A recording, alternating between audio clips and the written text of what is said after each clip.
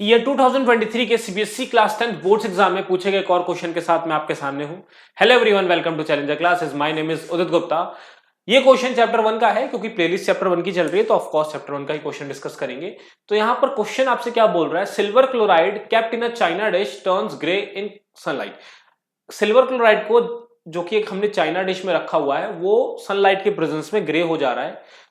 Right the colour of the silver chloride when it was kept in the China dish. हमें silver chloride का colour बताना है कि जब हमने सिल्वर क्लोराइड को चाइना डिश में रखा था तो उस टाइम उसका कलर क्या था। तो देखिए सिल्वर क्लोराइड जो होता है ना वो व्हाइट कलर का होता है। सिल्वर क्लोराइड किस कलर का होता है? व्हाइट कलर का होता है। तो ठीक है, तो पहला पार्ट तो हो गया कि आपसे कलर पूछ रहा था डायरेक्ट।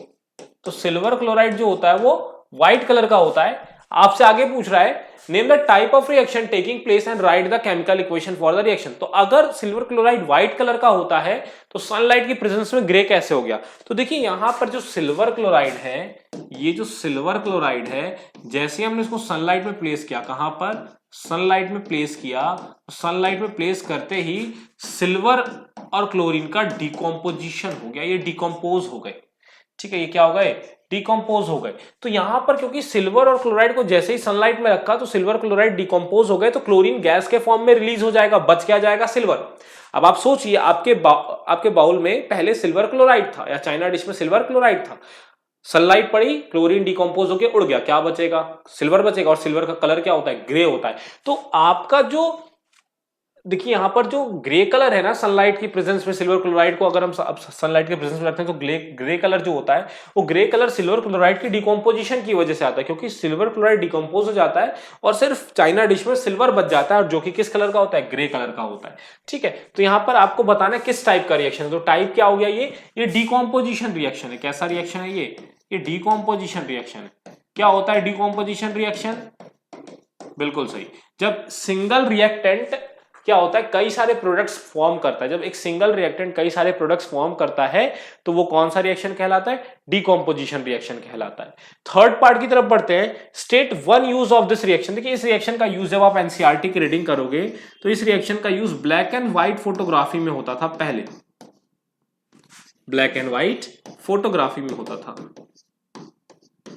पहले के जमाने में ब्लैक एंड व्हाइट फोटोज जो होती थी। ठीक है, इसका use black and white photography में होता था। ये एक यूज हो गया इस रिएक्शन का। अच्छा आगे क्या है? Name one more chemical which can be use for the same purpose. एक और केमिकल का नाम बताइए। तो देखिए जैसे सिल्वर क्लोराइड है ना, वैसे सिल्वर ब्रोमाइड भी होता है, AgBr जिसको कहते हैं।